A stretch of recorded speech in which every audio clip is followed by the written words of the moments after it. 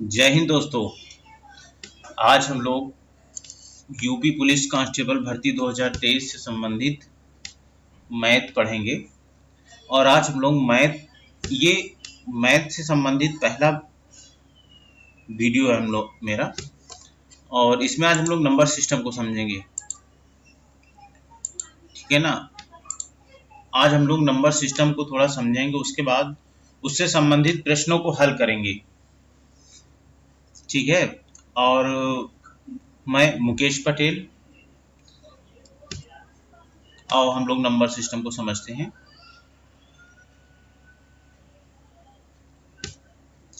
Number system, इससे आपसे 2-3 question जरूर मिलेंगे। नंबर सिस्टम, अच्छा नंबर सिस्टम क्या है? देखो, नंबर सिस्टम हम लोग समझते हैं, बेसिक से बिल्कुल समझते हैं, उसके बाद प्रश्नों को हल करेंगे। बहुत अच्छा लगेगा, अभी समझ में आएगा। देखिए, इसमें होता है वास्तविक संख्या। वास्तविक संख्या, ठीक है। अब वास्तविक संख्या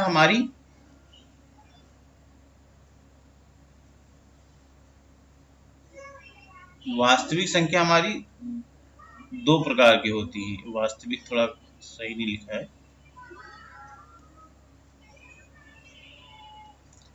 वास्तविक। ओके। अब इसमें दो प्रकार, एक तो हो गई परिमेय संख्या,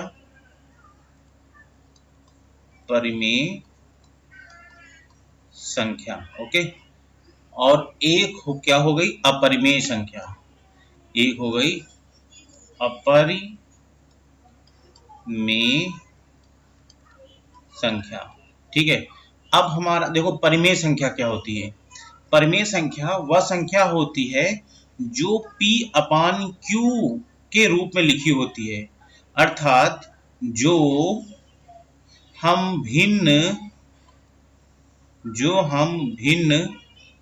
ठीक है, भिन्न के रूप में लिख सकते हैं।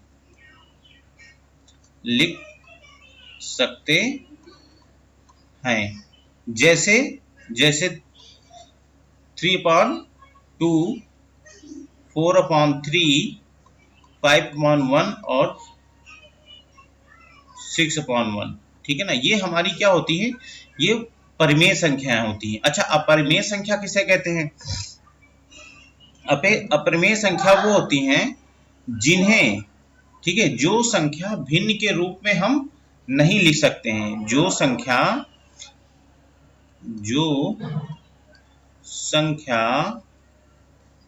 भिन्न के रूप में नहीं लिख सकते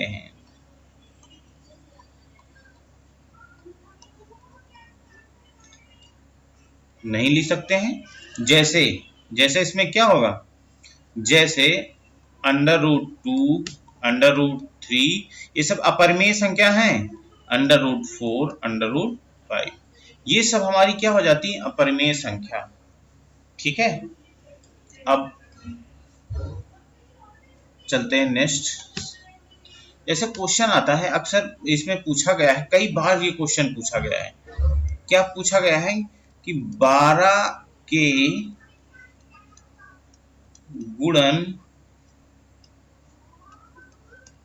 गुणनखंडों की संख्या बताओ।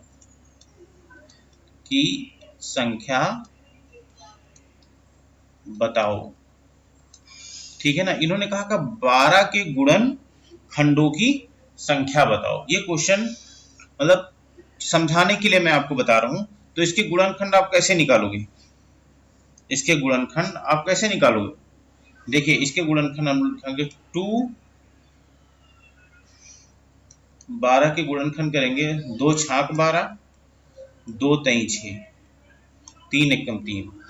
तो यहाँ क्या हो जाएगा? यहाँ हो जाएगा 2 गुणे 3।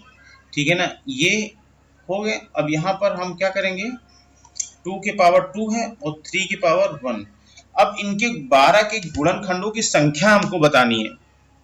ठीक है, तो यहाँ 12 के कितने गुणनखंड होंगे, तो ध्यान रखना यहां तक जब आप गुणनखंड कर लेंगे तो ये जो घात आती है, ये जो घात आती है, इन घातों में एक को जोड़ देंगे। जैसे यहां पर 2 है तो यहां पर 3 लिख देंगे, एक जोड़ दिया, गुणे यहां पर 1 है तो यहां क्या लिख दें 2, तो इन दोनों का गुणनखंड करेंगे, 2 दई 6, ये आंसर आ गया। ऐसे निकालना, देखो 12 के गुणनखंडों की संख्या बताओ, उसमें ऐसे आएगा प्रश्न, तो उसको ऐसे ही हल करना है। ठीक है ना, पहले गुणनखंड निकाल लेंगे। ठीक है, यहाँ तो मैंने समझाने के लिए आप लोगों को ऐसे किया है, वहां तो आप ऐसे करोगे, 12 है तो ये हो जाएगा कितना आपका, ये हो जाएगा इसको 2 दूना 4 तई 12, ऐसे आप तुरंत कर लो। ठीक है ना, तो वहां पर इतना समय नहीं लगना चाहिए। और इनकी घात, ये 2 घात हो गया तो इसमें एक जोड़ के 3 कर देंगे, इसकी 1 घात है तो इसमें 2, तो 2 तई 6, मतलब इसके गुणनखंडों की संख्या कितनी हो जाएगी, इसकी गुणनखंडों की संख्या 6 हो जाएगी। ठीक है ना। अच्छा, अब हम लोग समझते हैं कि फैक्टर किसे कहते हैं और मल्टीपल किसे कहते हैं। ठीक है, देखो फैक्टर,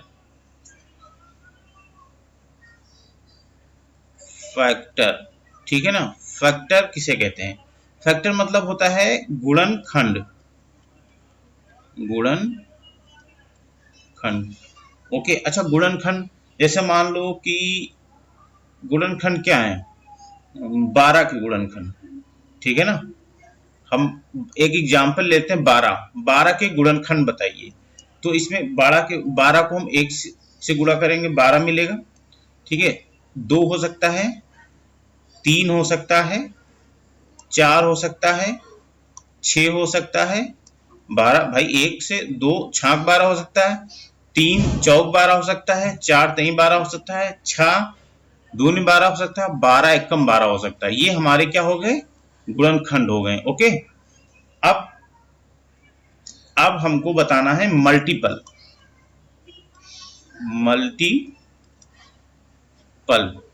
ठीक है, ये पूछा जाता है क्वेश्चन, इसको बहुत अच्छे से समझ, इस मल्टीपल को क्या बोलेंगे, गुणज। ठीक है ना, इसको क्या बताएंगे, गुणज। अब 12 के गुणज मतलब 12 हो सकता है। ठीक है, 12 दूना 24 हो सकता है। ठीक है, फिर 12 दही 36 हो सकता है, 12 चौक 48 हो सकता है, इसी तरह अनंत तक हो सकता है। ओके, इसी तरह अनंत तक हो सकता है। अब आपको समझ में आ गया फैक्टर किसे कहते हैं, मल्टीपल किसे कहते हैं, ये गुणनखंड किसे कहते हैं, गुणज किसे कहते हैं, क्योंकि इसी से संबंधित अभी हम लोग क्वेश्चन भी देखते चलेंगे। ठीक है, एग्जाम में कैसे कैसे क्वेश्चन पूछे जाते हैं। चलो, तो ये पहला क्वेश्चन हम लोग हल करते हैं। 400 के गुणनखंड बताओ, गुणनखंडों की संख्या बताओ।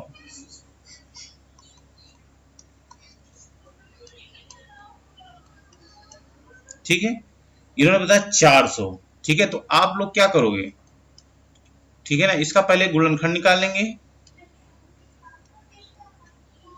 2 दूना 4, 2 एकम 2, 2 पंची 10, ये कितना हो जाएगा, 50 है तो 10 हो जाएगा, 5 दूनी 10।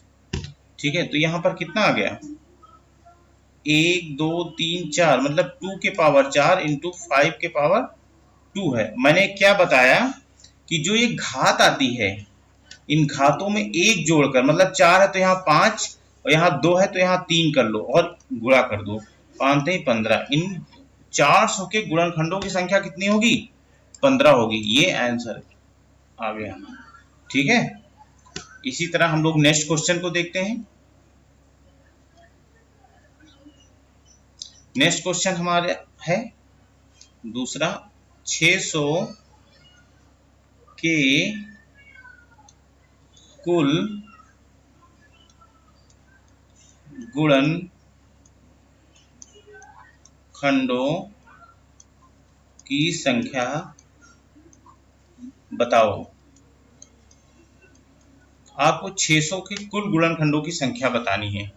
ठीक है, ये बिल्कुल ऐसे क्वेश्चन मिलता है। अब देखो, वो तो हम लोग गुणनखंड निकालते थे, लेकिन कब तक गुणनखंड निकालोगे, वहां पर समय बहुत कम रहता है। तो आओ इसको सीखते हैं।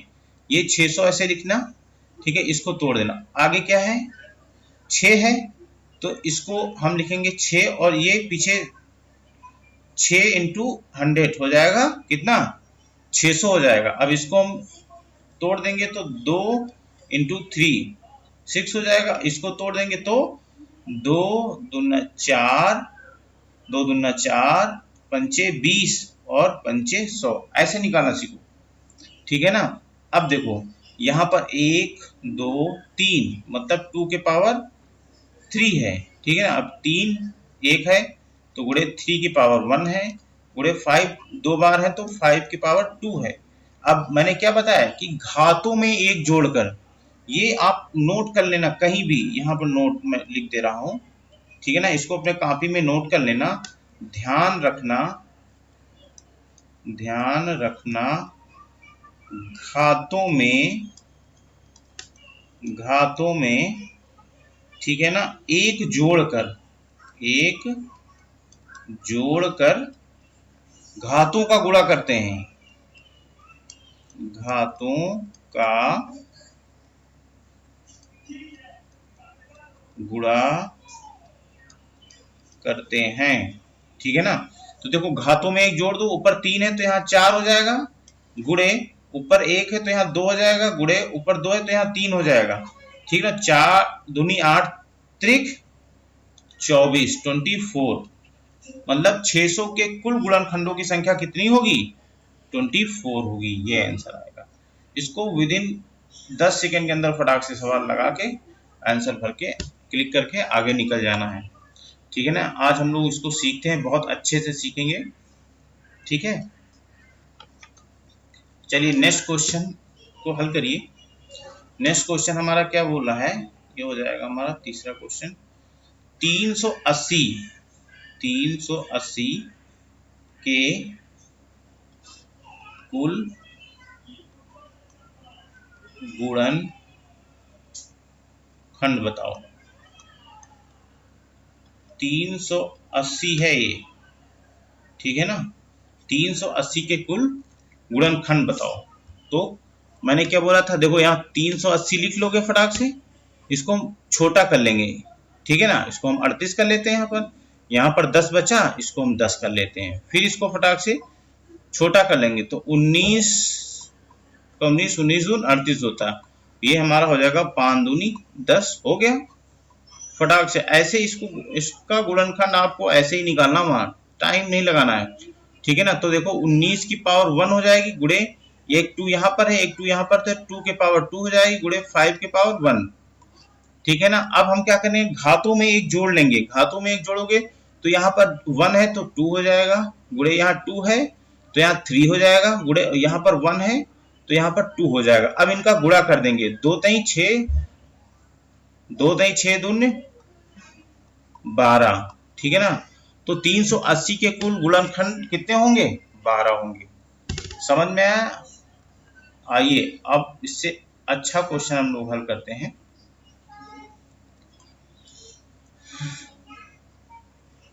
ठीक है, एक क्वेश्चन है 60 के। अब आपको क्या बताना है, ठीक है, पहला बताना है, ठीक है, कुल गुणनखंडों की संख्या बताओ। 60 के कुल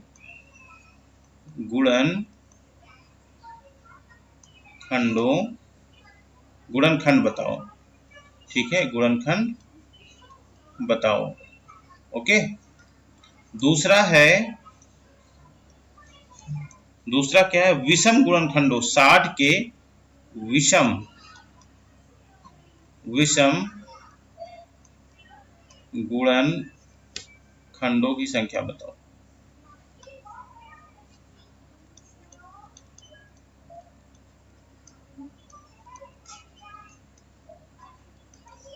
ओके।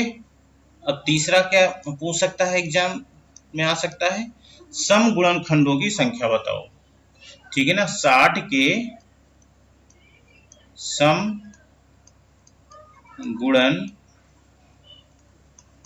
खंडों की संख्या बताओ। ठीक है, ये 3 क्वेश्चन हैं। ठीक है, इन तीनों क्वेश्चन में आपको मिल सकता है, बहुत अच्छा है, अक्सर पूछा जाता है, फिर भी आपको जानकारी होना चाहिए, पता नहीं कैसा क्वेश्चन किसको मिल जाए। ठीक है ना, तो देखो 60 का हमें इसका पहले इसको कर लेना है, 60 का हमको गुणनखंड करना है, तो इसको 6 हो गया, यहाँ पर हम 10 छक्का 60 होता है। अब इसको हम और तोड़ देंगे तो 3 दूनी 6 होता है, यहाँ पर क्या हो जाएगा 5 दूनी 10, ये हो गया हमारा। ठीक, तो अब इसमें क्या होगा, अब देखो 3 की घात 1 है गुणे 2 की घात 2 है गुणे 5 की घात 1 है, तो इनकी घातों में 1 जोड़ लेंगे हम। घातों में अगर 1 जोड़ते हैं तो पहली घात यहाँ 1 है तो 2 हो जाएगा, गुणे दो दूसरी घात 2 है तो 2 1 3 हो जाएगा, और फिर 1 है तो 2 हो जाएगा, तो 2 3 6 दूनी 12। ठीक है ना, तो 60 के गुणनखंडों की संख्या कितनी हो गई, पहला क्वेश्चन हल हो गया, कितना हो गया 12। अब दूसरा क्वेश्चन हम लोग हल करते हैं। दूसरा क्वेश्चन क्या हल करेंगे, दूसरा क्वेश्चन क्या, विषम गुणनखंडों की संख्या बताओ। तो विषम गुणनखंड देखो कैसे हम लोग निकालेंगे, बहुत सरल होता है विषम गुणनखंड। इन दोनों में बताइए विषम कौन कौन संख्या है, 3 विषम संख्या है और 5 विषम संख्या है। तो ठीक है, हम यहाँ 3 और गुणे 5 लिख लेंगे। अब इनकी घातों का फिर वही करना है, घातों में 1 जोड़कर, तो 2 गुणे 2 बराबर कितना हो जाएगा 4। विषम गुणनखंडों की संख्या कितनी आ गई, 4 आ गई। ध्यान रखना जब विषम निकालना होगा तो उन जो गुणनखंड पहले कर रखे हैं तो उसमें जो विषम गुणनखंड होंगे उनकी घातों में 1 जोड़कर हम विषम गुणनखंडों की संख्या निकालेंगे। ठीक है, अब हम क्या करते हैं, तीसरा क्वेश्चन हमारा क्या है कि सम गुणनखंडों की संख्या बताइए। तो देखिए टोटल हमारी कितनी थी 12 थी, विषम संख्या उसमें से निकल गई, बची कितनी सम संख्या है 8। ये हमारा क्वेश्चन हो गया, कितना बचा 8 बचा। ठीक है, कैसा लगा आप लोगों को, चलिए इसी तरह का हम लोग फिर एक क्वेश्चन समझते हैं इसी टाइप का। ठीक है, 900 एग्जाम्पल क्या है 6 है, 900 के। ठीक है ना, पहला क्वेश्चन क्या है, कुल गुणनखंड बताओ, कुल गुणनखंड बताओ। ओके, दूसरा क्वेश्चन क्या है, दूसरा क्वेश्चन है विषम गुणनखंड की संख्या बताओ, विषम गुणनखंडों की संख्या बताओ। ओके, तीसरा क्या है, तीसरा है हमारा सम गुणनखंडों की संख्या बताओ, सम गुणनखंडों की संख्या बताओ। यहाँ पर संख्या लिख लेना,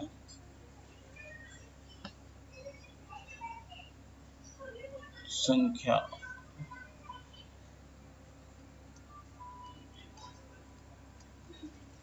ओके, यहाँ भी संख्या लिख लेना। तो ये 3 क्वेश्चन है, आइए हम लोग इसको समझते हैं। ठीक है, तो ये हमारा 900 है। ओके, 900 है तो इसको हम कैसे तोड़ेंगे, देखो इसको हम 2 भागों में कर लेंगे, इधर 3 9 हो जाएगा, ओके, इधर कितना हो जाएगा 100। ये तो आप लोग तुरंत कर लोगे। ठीक है, इसको ऐसे करना। अब इसको फिर हम एक बार तोड़ेंगे तो 3 3 9 होता है, और इसको तो सभी लोग तोड़ लेंगे, 2 2 ना 4, पंचे कितना होता है 20, और पंचे 100, ये इतना आ गया। ठीक है ना, इसको बहुत शार्पली तरीके से हल करना है। ठीक है ना, अब देखिए इधर पहला क्वेश्चन क्या बता रहा, पहला क्वेश्चन बता कुल गुणनखंडों की संख्या। तो देखिए 3 की घात यहाँ पर कितनी है 2 है, गुणे 2 की घात कितनी है 2 है, गुणे और 5 की घात भी 2 है। तो हमको कुल गुणनखंडों की संख्या क्या करना होता, घातों में एक जोड़कर, घातों में एक जोड़कर हमको बताना होता। तो यहाँ पर 2 है, यहाँ 3 की घात 2 है तो यहाँ पर 3 हो जाएगा, यहाँ 2 की घात 2 है तो यहाँ पर 3 हो जाएगा, और यहाँ 5 की घात 2 है तो यहाँ पर 3 हो जाएगा। मतलब हम घातों में एक जोड़ ले रहे हैं, ठीक है ना। अब इनका हम गुणा करेंगे तो कितना आएगा, 3 त्रिक की 9 त्रिक 27। ये हमारा पहला क्वेश्चन का आंसर आ गया, ठीक है ना। कुल गुणनखंडों की संख्या कैसे बताएंगे, कि घातों में एक जोड़कर, ठीक है ना, तुरंत निकाल लेंगे, वहीं जहां क्वेश्चन होगा ना वहीं तुरंत फटाक से गुणनखंड निकालेंगे, तुरंत बता देंगे। अच्छा, विषम गुणनखंड। अब दूसरा क्वेश्चन हमारा क्या करा था, कि विषम गुणनखंडों की संख्या बताओ। अब लोग विषम गुणनखंड इसमें कौन कौन है, एक 3 है और एक 5 है।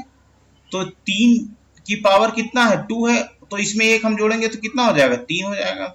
यहाँ भी 5 की पावर 2 है तो कितना, एक जोड़ेंगे तो 3 हो जाएगा, 3 त्रिक की 9। ये लो फटाक से विषम गुणनखंडों की संख्या आ गई। अब तीसरा क्वेश्चन कौन सा है, तीसरा क्वेश्चन है कि सम गुणनखंड। तो सम हमारे टोटल कितने थे, हमारे टोटल थे 27, और इसमें हम विषम निकाल देंगे 9, तो बराबर कितना बचेगा, ठीक है ना, 9 दूनी 18, 9 त्रिक 27 मतलब 18, ठीक है। ये आज हम लोगों ने क्या गुणनखंड निकाला, हम लोगों ने सीखा है। ये क्लास कैसी लगी आप लोग प्लीज कमेंट करके बताइए, क्या मैं आगे ऐसे ही आप लोगों को क्वेश्चन लाता रहूं, क्योंकि अभी ये मत आप लोग देखो कि कब विज्ञप्ति आएगी तब हम लोग फॉर्म भरेंगे और उसके बाद हम लोग तैयारी करेंगे। अभी से जुट जाओ, क्योंकि ये सोच लेना कंपटीशन बहुत तगड़ा होने वाला है, ठीक है ना। बहुत दिनों बाद इतनी सारी वैकेंसी आ रही हैं, ठीक है ना, बहुत तगड़ा कंपटीशन होगा। अभी से आप लोग लग जाओ, ठीक है ना। अध्यात्म एकेडमी में आप लोगों का स्वागत है। मैं शुरू से लेके आखिरी तक आप लोगों के साथ लगा रहूंगा।